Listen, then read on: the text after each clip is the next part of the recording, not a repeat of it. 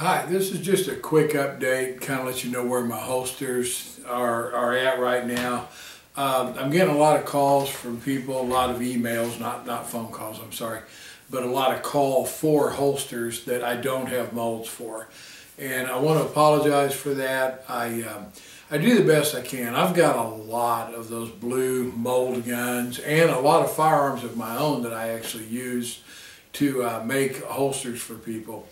Those mold guns are about 50 bucks a piece, and I mean they, by the time I pay the freight and everything, they're pushing 60 bucks when I get them here.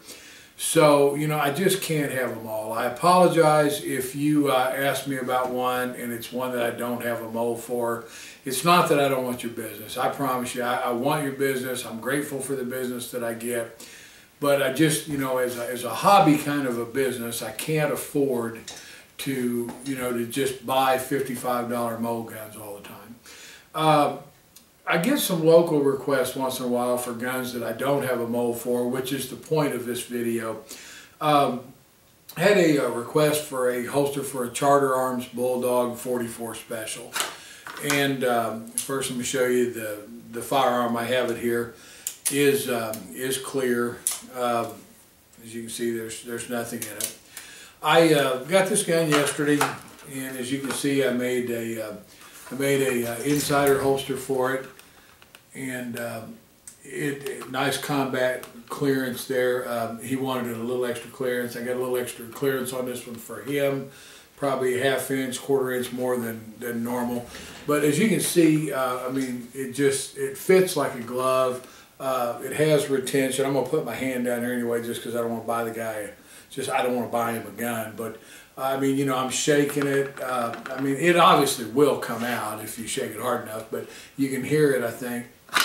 Good click, good snap in when it goes in. I mean, just a real good fit. One of the advantages of making a holster off of the gun itself is that each gun has a little bit of a frame variance, not much. I run into it more with some than I do with others, but using the plastic mold guns is not as accurate as making them for the gun. Anyway, if you're local to the Springfield, Missouri area, Southwest Missouri, and you want to drop off your firearm, I can make it for pretty much anything, handgun-wise. But if you're wanting to do it by mail order, obviously I either have to have the firearm or the gun here. And so anyway, that was the point of this video. I just want you to know I'm doing the best that I can to get more and more molds all the time. I am getting ready to order an LC9 mold. I reviewed an LC9, wasn't too impressed. I've had a chance to shoot another one since then. I had a very early one, and I believe that mine was just a dog. I shot another one, and it was a considerably better firearm. So, hopefully if there were bugs in that gun, they got them worked out. If there were no bugs, then I would guess I just got kind of a bad one. Because like I say, I really changed my opinion a little bit on that gun after I shot one. A couple of things I want to point out. I've mentioned before in some of my videos, but a lot of people probably don't have the time and patience to slog all the way through one of my videos to hear it. But I use, as you can see in this, I use actual tubular steel rivets. They're kind of a pain in the butt because you have to set them with a large ball peen hammer and a set one at a time. You can't just snap them together like some of the people use. I use horsehide almost exclusively. I will make a leather holster if you want. You can see on the back there where my rivets are actually set. You can see a slide indent in them, and you can see on the front. I mean, I mold each piece of Kydex individually, shape them by hand. Obviously no two are going to be identical, but I mean, I do what I think is a pretty good job of consistency. I try to keep a slight forward cant. If you don't request a specific cant, I will probably use 10 degree. You can request a little more, a little less. I mean, I'll make it like this if you want, but don't yell at me when you can't shoot it or you can't draw it anyway. On this one, as you can see, since it's a revolver, there is more of a cutout here.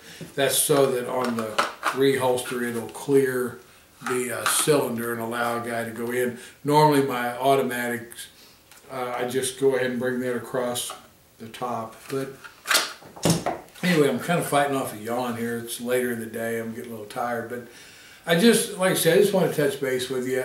I spent a lot of time working on this back shape so that it folds. And you can see, you know, that curve area, it'll fold without bunching up and putting a wrinkle in it. So it doesn't rub or chafe, doesn't get folds down in one of the corners. It's a good design. I still sell my holster for 40 bucks plus $10 to deliver it. The shipping normally costs me between $10.85 and $12.50, so I'm not making any money on the shipping. I mean, I generally absorb a little bit of it. I believe $40 is very fair for a handmade holster. I don't think there's a holster on the market any better. I mean, I'm not going to get into an argument with a lot of holster sellers. Everybody obviously feels theirs is the best. But I'm going to get that up there a little close and kind of just let you look at it for a minute.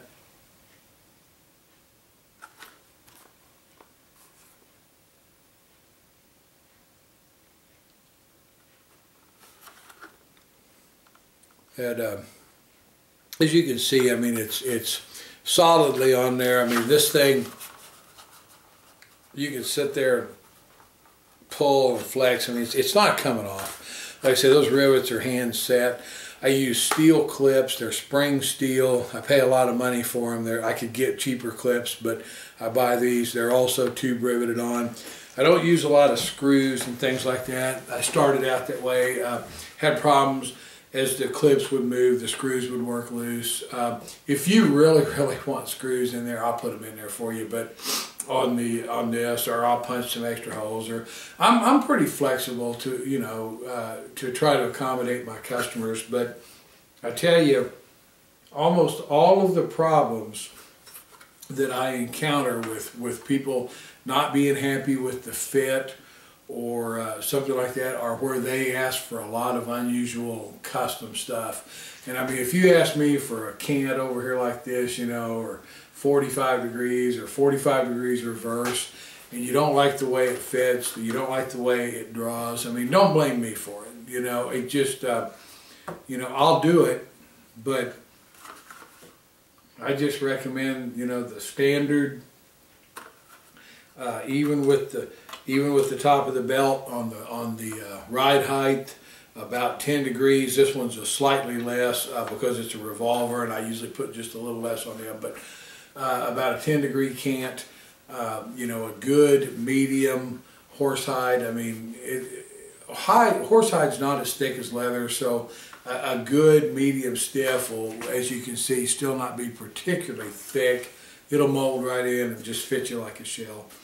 I'm going to get off here. Like I say, I don't do many commercials for my holsters, but I just kind of want to do one. If you know, I'd appreciate it if you give me a chance. Like I say, you can go to my website, FightNGear.com, www.FightNGear.com. Take a look. I have a lot of shooting videos and stuff. I'm not a master shot, but anyway, take a look at that stuff too. I really appreciate your support. I'm going to get off here. Thanks a lot.